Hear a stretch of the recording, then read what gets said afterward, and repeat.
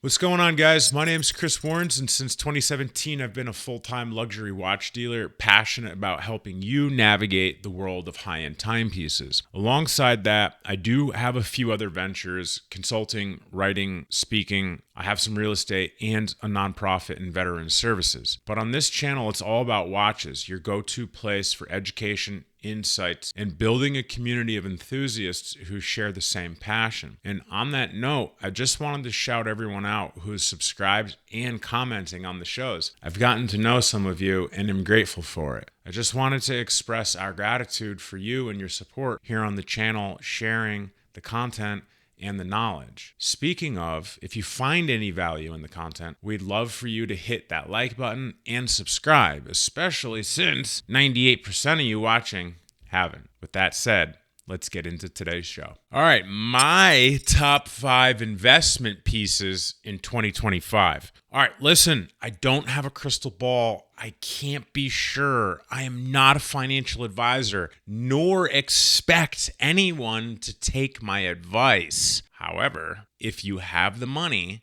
to play with and invest into watches, meaning you can spend $25,000 to $150,000 on the watches we're about to discuss and never need that money ever again, just in case we end up being completely wrong. These are the models that I would grab, most with a potential big upside. So let's explain, and I'm going to be very thorough on each piece and why there is upside. Number 1, the Rolex Submariner 16610LN, only year 2010, with a small production of about 2 years. This one should be collectible with time. Why? Because in 2010, there was a bunch of differences in this considered neo-vintage Submariner to include an engraved rehaut. The last year production of the model as the 116610LN replaced and last year of the neo-vintage standing. Some cool things I like about the 16610 is it's an aluminum bezel insert right before they switched to ceramic inserts and the maxi case. The bracelets of the 90s were a little bit of a different style, but with solid end links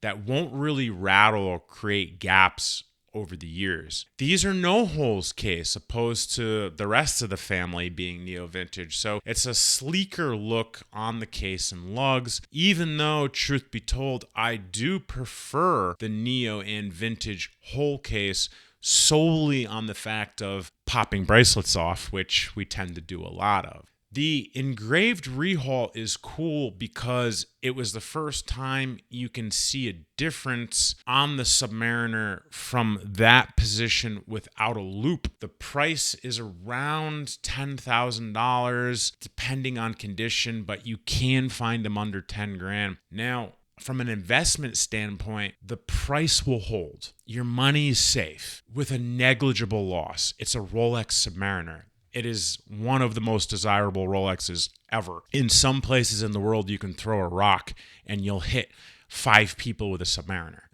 But it does have potential in the long term to have a good upside given the circumstances to come. All right, number 2, we're going to talk about a big boy piece, the Audemars Piguet Openworked 15407ST. Recently, AP announced that they discontinued production of this epic piece of art. Funny thing is, I was talking to my buddy Brandon last year about this piece being discontinued. And this year in 2025, sure enough, I stood my ground and it happened. And so look at that. We were right. It was discontinued. So why is that important? Well, let's look at this from a macro perspective, okay? AP's production numbers are so small to begin with, the amount of examples produced are slim from the start, especially on a piece like this. I've been into APADs that said we have never seen this model in person, just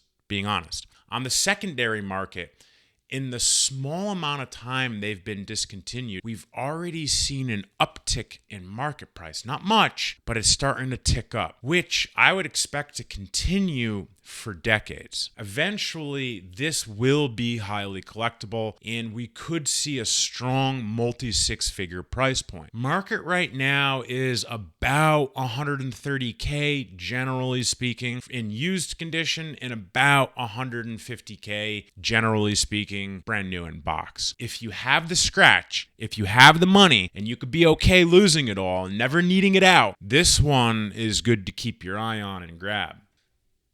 Number 3, another Rolex Submariner 116610LV, the Hulk.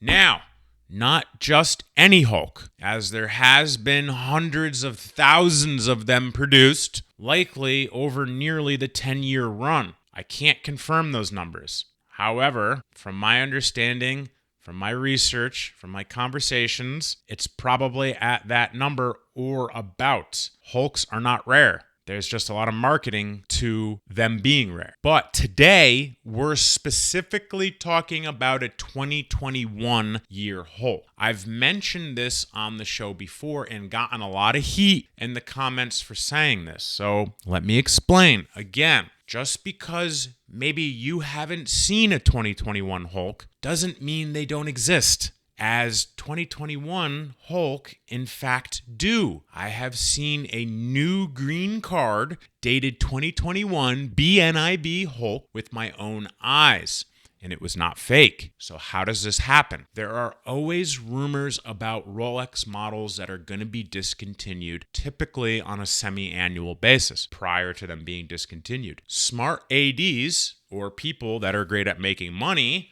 will toss a Hulk in the safe, say in 2020, the year the model ended production. Then pull out of the safe a year later and sell it, pairing it with a new green card. That's how it's done. It's really that easy, along with collecting a huge premium, of course, which historically has been happening on the Hulk and still is happening to date. On the other hand, if you can grab a BNIB, brand new in box, 2020 Hulk, that should eventually be a nice hold many years down the road, similar to like a Paul Newman Daytona or a Red Letter Sub. 2021 will be cream of the crop, no doubt about it. Personally, I will scoop up as many of these as possible and hold them all. Market,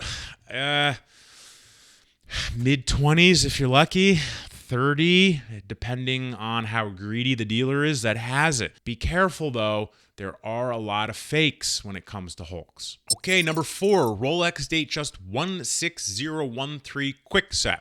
Why? Why are we talking about a $5,000 piece? Well, that's nearly 40 years old or older. Well, it's not going to be a big winner long term. And in regards to appreciation, it might slightly. But when it comes to investments, specifically in timepieces, if you can buy a watch for $5,000 in 1985 and in 2025, it's also the market is $5,000, you're not going to lose any money. And with watches, not losing money is probably just as great as making money on your watch, depending on how you look at it. Well, a lot of people are like, why, Chris? Like, why do you look at it that way? Well, in my mind, right, if a watch's MSRP was $5,200 40 years ago, or more than 40 years ago, and today you can still buy it for $5,000, that's a safe investment. Not all investments are going to be huge winners. Not all investments are going to be huge losers. But in the watch industry, if you can find one that holds value really well, in my opinion, it is a great investment. Here's the thing about this watch in particular. You really want to make sure you have period correct dials, bracelets, and no aftermarket parts on the case. They are relatively inexpensive, and they have traded a lot of hands over the years. So how do you find a pure example? Typically, you work with a dealer that you trust. Okay, number 5, in rounding it out, the Audemars Piguet Beast Royal Oak Offshore 25721. All right, now, we recently reviewed the model on the show and we went really in depth on this offshore, which happened to be the first one ever produced. So make sure you check that out on the channel. It does go very in depth. The 25721 was marketed for over 20 years, and there was production of nearly 11,000 of them, okay? It was equipped with multiple dials, but here's the interesting part about the investment aspect. There were 8 material variants of this model. Nearly 7,000 of those 11,000 were all steel. So we're going to take those 7,000 and throw them away for investment purposes, okay? We're going to focus in on the less found examples, and then we're going to narrow it down. So there was approximately 3,000 produced in titanium. Let's get them out of the way.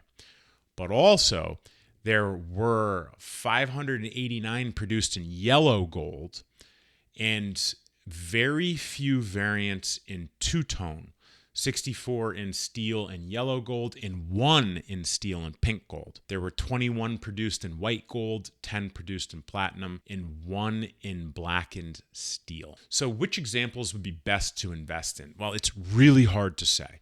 However, how I see it is if you can find the steel and pink gold variant, invest. If you can find a white gold or platinum, probably pretty safe. If you can find the 1 blackened steel, I'd grab that in a heartbeat. Now, there are more brands and more models I can suggest, but I really want to see how this show lands and go from there when it comes to predictions. If you'd like to see like 5 more models and options, drop a comment below and let me know, and we'll produce another investment show. So to close everything out, if you're interested in picking up anything that we're talking about or want to learn more about working with us to get your hands on a timepiece, check out the links in the description below. And before I go, I'd love to hear your feedback. What did you think of the review? Do you agree? I'd imagine a lot of people are going to disagree, and that just kind of comes with the territory, but it is what it is. I also enjoy hearing from you and respond to everyone, no matter your perspective. And if you haven't already, please hit the like button and subscribe. It really helps the channel grow and keeps us making more content for you that you like. So thanks again for watching, and I'm looking forward to seeing you next time. Peace.